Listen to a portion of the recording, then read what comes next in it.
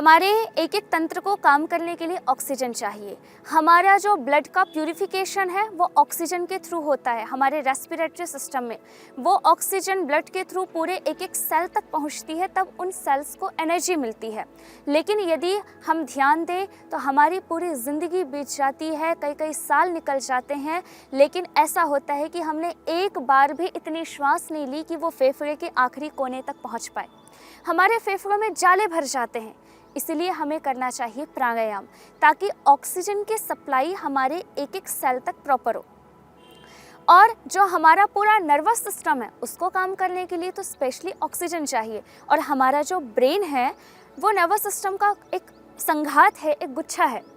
जब हम बच्चों के नर्वस सिस्टम ब्रेन की बात करते हैं कि बच्चों का ब्रेन कमज़ोर है, कंसंट्रेट नहीं कर पाते, पढ़ाई अच्छे से नहीं कर पाते, फोकस नहीं कर पाते, इसका सीधा सीधा मतलब है कि उनका जो नर्वस सिस्टम है न्यूरोलॉजिकल कुछ ना कुछ प्रॉब्लम है। इसलिए बच्चों के लिए कहा जाता है उन्हें अनुलोम विलोम करवाइए, प्राणायाम करवाइए, ताकि ऑक्सीजन की सप्लाई पूरी होगी। तो ऐसे बहुत सारे कारण हैं जिनके कारण हमें बीमारियां होती हैं।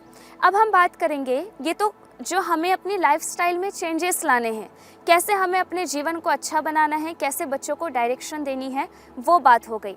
अब बच्चों के लिए यदि बात करें कि उनकी हाइट नहीं बढ़ती, उनकी ग्रोथ नहीं होती, बच्चे कमज़ोर हैं, शरीर कमज़ोर है, एनर्जेटिक फील नहीं कर पाते, लेजीनेस फील होती है, थोड़े से में थक जाते हैं, थोड़ा ट्रैवल किया मन करता है सो जाए, बहुत सारी प्रॉब्लम्स हैं जिनके कारण बच्चे खुद भी परेशान हैं और बच्चे यदि छोटे हैं तो माता पिता परेशान हैं। तो बच्चों को बचपन से कौन सी एक्सरसाइजेस करानी चाहिए, प्राणायाम क्या कराना चाहिए, उस पर हम बात करेंगे। तो सबसे पहले हाइट के बारे में बात करें तो बच्चों को हाइट के लिए सबसे अच्छा आसन है उन्हें ताड़ासन करवाइए। सुबह जब हम बच्चों को उठाते हैं, अब ये भी एक बहुत बड़ा फैक्टर है कि बच्चे सुबह सोकर कब उठ रहे हैं। शास्त्रीय अगर प्रमाण देखा जाए, आयुर्वेद के अनुसार देखा जाए, तो हमारे रुचि के अनुसार जो हमारा लक्ष्य है जीवन का, उसके अनुसार हमारे सोने जागने का नियम होता है। यदि हम अपने आध्यात्मिक स्पिरिचुअलिटी यदि हम बढ़ाना चाहते हैं अपने अंदर, तो उसकी साधना का समय होता है 2 बजे से लेकर के 3-4 बजे तक। यदि बच्चे पढ़ाई पर अच्छे से फोकस करना चाहते हैं, अच्छे से सिलेबस को या जो भी कंटेंट उनके सामने है अच्छे से उसको ग्रास्प करना चाहते हैं, तो वो टाइम बहुत अच्छा होता है 3 से 4 और 5 का समय। वहीं के वहीं यदि हम अपने शारीरिक स्वास्थ्य के बारे में बात करें, यदि अपने स्वास्थ्य को अच्छा करना है तो उसके लिए योग साधना का सबसे अच्छा समय होता है 4 से 5 और 6। और यदि कोई प्रॉब्लम है, कोई दिक्कत है, तो हम 4 बजे ना उठ करके ज़्यादा से ज़्यादा 5 बजे तक उठ जाएं, लेकिन 5 बजे के बाद कभी भी किसी को नहीं सोना चाहिए। अब हम कंपेयर करके देख सकते हैं कि 5 बजे के बाद हमें नहीं सोना चाहिए, लेकिन हम कितनी देर तक सोते रहते हैं। उसमें जो अभी 50, 60, 70 साल की उम्र के लोग हैं वो फिर भी 4 बजे या 5 बजे उठ जाएं या 6 बजे उठ जाएं, लेकिन जो न्यू जनरेशन है वो तो 7 बजे, 8 बजे, अगर 7 बजे स्कूल है तो 6:30 बजे उठ करके फटाफट काम करके जाते हैं। ये चीज़ बहुत गलत है, इस पर भी हमें ध्यान देना पड़ेगा। तो हम बात कर रहे थे हाइट बढ़ाने के लिए बच्चों को ताड़ासन कब कराना है। सुबह जब बच्चा उठे तो उसको उठते के साथ धरती माता को प्रणाम करके, अपने पूर्वजों का, गुरु परंपरा का, ईश्वर का स्मरण करके, माता पिता के चरण स्पर्श करके और फिर ताड़ासन का अभ्यास कराएं। तो ताड़ासन के अभ्यास के लिए जो पूरी विधि है वो आप ध्यान से देखिए। तो ताड़ासन के अभ्यास के लिए सबसे पहले हमें खड़े हो जाना है। बच्चा जैसे ही बिस्तर से नीचे उतरे तो उसको सबसे पहले सीधे ताड़ासन का अभ्यास कराइए। ऐसे पैरों में नॉर्मल गैप रख लिया, हाथों को पार्श्व भाग से ऊपर उठाते हुए और दोनों अंगुलियों को इंटरलॉक करके और अपने पंजों के बल पूरी बॉडी को स्ट्रेच करना है, खींचना है ऊपर की ओर, जितना स्ट्रेच कर सके, और फिर उस स्ट्रेचिंग को फील करना है। श्वास छोड़ते हुए वापस आ जाएंगे और इस अभ्यास को 5 से 10 बार दोहराना है। श्वास भरते हुए ऊपर, पूरा पंजों के बल खड़ा कर दीजिए, अपनी बॉडी को आप लिफ्ट कीजिए और श्वास छोड़ते हुए बाहर नीचे। इस प्रकार ताड़ासन का अभ्यास बच्चों को कराएं।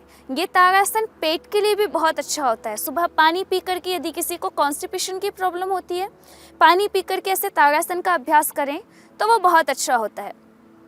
इसके अलावा दोनों पैरों में थोड़ा गैप कर लें और फिर इसी तरह से श्वास भरते हुए हाथ ऊपर और श्वास छोड़ते हुए अपने राइट साइड बेंड कर लें अपनी बॉडी को। ये तिर्यक ताड़ासन का अभ्यास भी बहुत अच्छा है।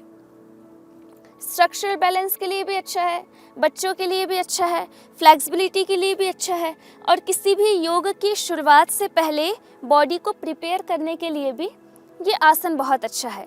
यदि मोटापे के लिए कराते हैं तो इसी को स्पीड से कराते हैं। तो ये ताड़ासन का अभ्यास हुआ।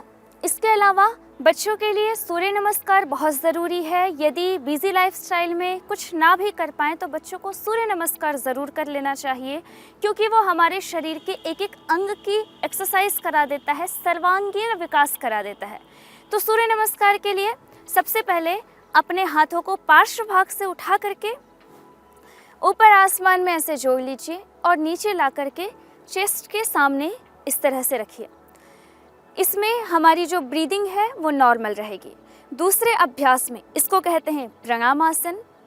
दूसरे अभ्यास में श्वास भरते हुए दोनों हाथ ऊपर जाएंगे, जिसको कहेंगे हम ऊर्ध्व हस्तासन। श्वास भरते हुए दोनों हाथ ऊपर, फिर तीसरे अभ्यास में श्वास छोड़ते हुए दोनों हाथ नीचे, पाद हस्तासन। इसमें अपने दोनों हाथों को पंजों के दोनों तरफ ज़मीन पर ऐसे टिकाना है, घुटने सीधे होने चाहिए, कुहनी सीधी होनी चाहिए, और अपने माथे को अपने घुटनों से लगाने का प्रयास करें। चौथा अभ्यास है, अपने दाहिने पैर को मोड़ करके बाएं पैर को पीछे सीधा कर लेते हैं। चूंकि हमारा दाहिना पैर सामने मुड़ा हुआ है, इसलिए इसे कहते हैं दक्षिण अश्व संचालन आसन। हमारा पीछे वाला पैर पूरा स्ट्रेट होना चाहिए और अपनी कमर को थोड़ा ट्विस्ट करके दृष्टि को आसमान की ओर रखते हैं। ये श्वास भरते हुए किया।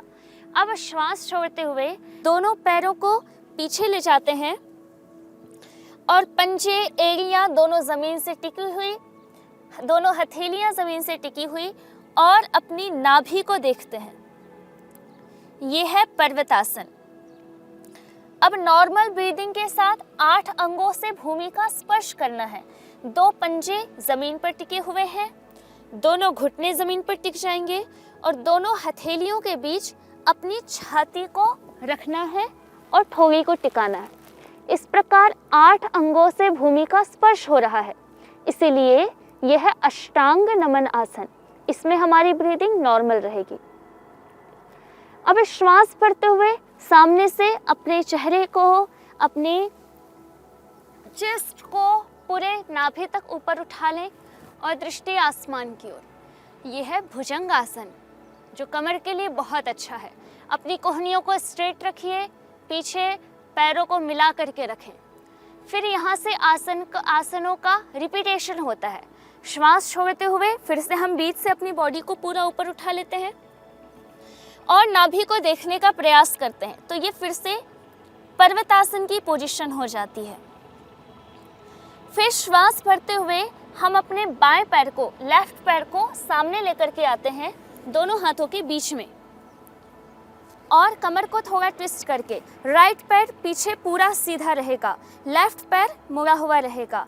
श्वास भरते हुए हमारी दृष्टि आसमान की ओर होती है, कमर को थोड़ा ट्विस्ट करेंगे।